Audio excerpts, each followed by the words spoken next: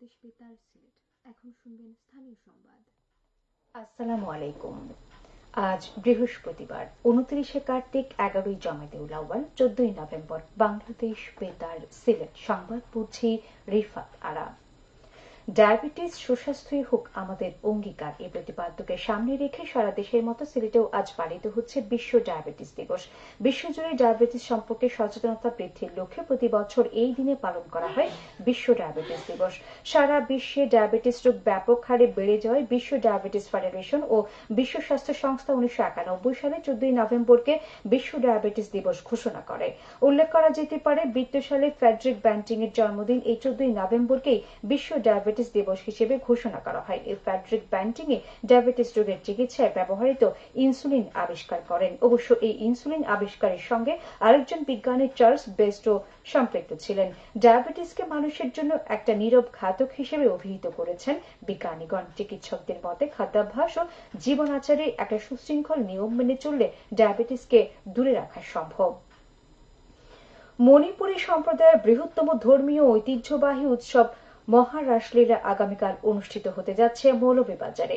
মহারাসলীলা উদযাপন প্রস্তুতি চলছে জেলার কমলগঞ্জ উপজেলার মণিপুরী অধ্যুষিত এলাকাগুলিতে।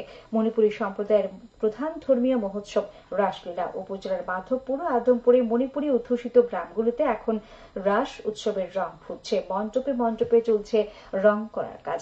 আগামীকাল দুপুরে উৎসবস্থল মাধবপুরের শিববাজারে উন্মুক্ত মঞ্চে হবে গোষ্ঠলীলা বা রাখাল নৃত্য। রাতে জোড়া মণ্ডপে রাসের মূল প্রাণ মহারাসলীলা। তাই মণিপুরী পাড়ার বাড়ির উঠোনে উঠোনে নাচের প্রশিক্ষণ চলছে। মাধবপুর জোড়া মণ্ডপে 182তম রাজ উৎসবের আয়োজক হচ্ছে মণিপুরী মহারাসলীলা সেবা সংঘ। অন্যদিকে কমলগঞ্জের আদমপুরে মণিপুরী মৈতেই সম্প্রদায় আয়োজন করছে পৃথক রাসমেলার। এবার হবে তাদের 42তম রাস উৎসব। এই উৎসবকে ঘিরে মাধবপুর ও আদমপুরের মণ্ডপগুলো সাজানো হয়েছে সাদা কাগজের নকশার নিপুণ কারুকাজে। করা হয়েছে আলোকসজ্জাও। মণিপুরী সম্প্রদায়ের লোকজনের পাশাপাশি অন্যান্য জাতি ধর্মের হাজার হাজার লোক মেতে উঠবে আনন্দ উৎসবে।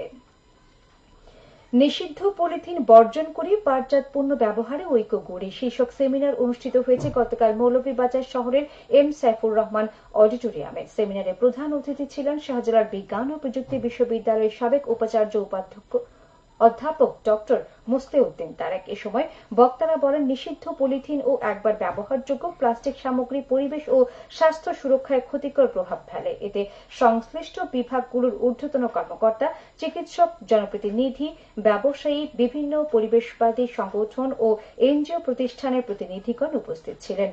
জেলা কৃষি সম্প্রসারণ ও পরিবেশ অধিদপ্তর যৌথভাবে এর আয়োজন করে।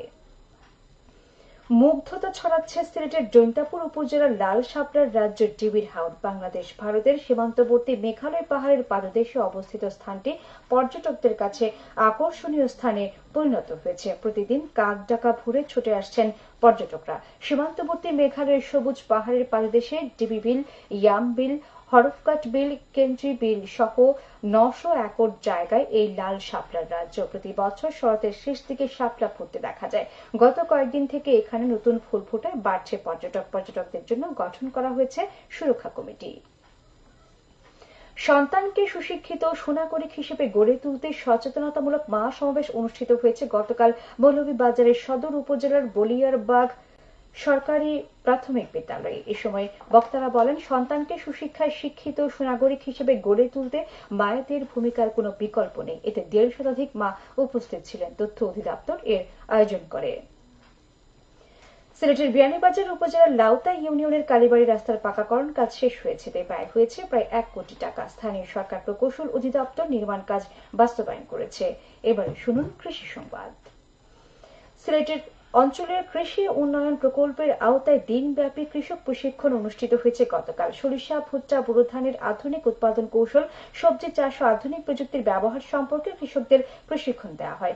উপজেলা বিআরডিবি হল রুমে কৃষক প্রশিক্ষণ শুরু হয়। উপজেলা কৃষি অফিসের উদ্যোগে এই প্রশিক্ষণে 60 জন কৃষক অংশ নেন। খেলার খবর ফুটবল। সুনামগঞ্জ জেলার দোয়ারাবাজার উপজেলার বীরশ্রী মাঠে মামুন স্মৃতি ফুটবল টুর্নামেন্টের প্রথম সেমিফাইনালে সোনালী সংঘ জয়লাভ করে ফাইনালে উন্নীত হয়েছে। গতকাল তারা 1-0 গোলে রায়পুর একাদশকে পরাজিত করে। আগামীকাল দ্বিতীয় সেমিফাইনালে হরিপুর স্পোর্টিং ক্লাব নয়াবাজার একাদশের মোকাবেলা করবে। ক্রিকেট। সিলেটের বিয়ানীবাজার উপজেলার লাউতা ইউনিয়ন আন্তঃওয়ার্ড ক্রিকেট লিগে গতকাল 173 রানের জয় পেয়েছে 5 নং ওয়ার্ড। কমলাবাড়ি মাঠে প্রথমে ব্যাট করতে নেমে 5 নং ওয়ার্ড নির্ধারিত 14 ওভারে 5 উইকেট হারিয়ে 232 রান করে। জবাবে 2 নং ওয়ার্ড 11 ওভারে সবকটি উইকেট হারিয়ে 59 রান করতে সক্ষম হয়। সবশেষে আবহাওয়া। আজ বেলা 1টা পর্যন্ত পূর্বাভাসে বলা হয়েছে সিলেট সহ পার্শ্ববর্তী এলাকার জন্য কোনো সতর্কবাণী নেই এবং কোনো সংকেত দেখাতে হবে না। আজ সিলেটে সূর্যোদয় হয়েছে 6টা 9 মিনিটে এবং সূর্য অস্ত যাবে সন্ধ্যে 5টা 5 মিনিটে। সংবাদ শেষ হলো। আমাদের পরবর্তী স্থানীয় সংবাদ প্রচারিত হবে দুপুর 1টা বেজে 5 মিনিটে।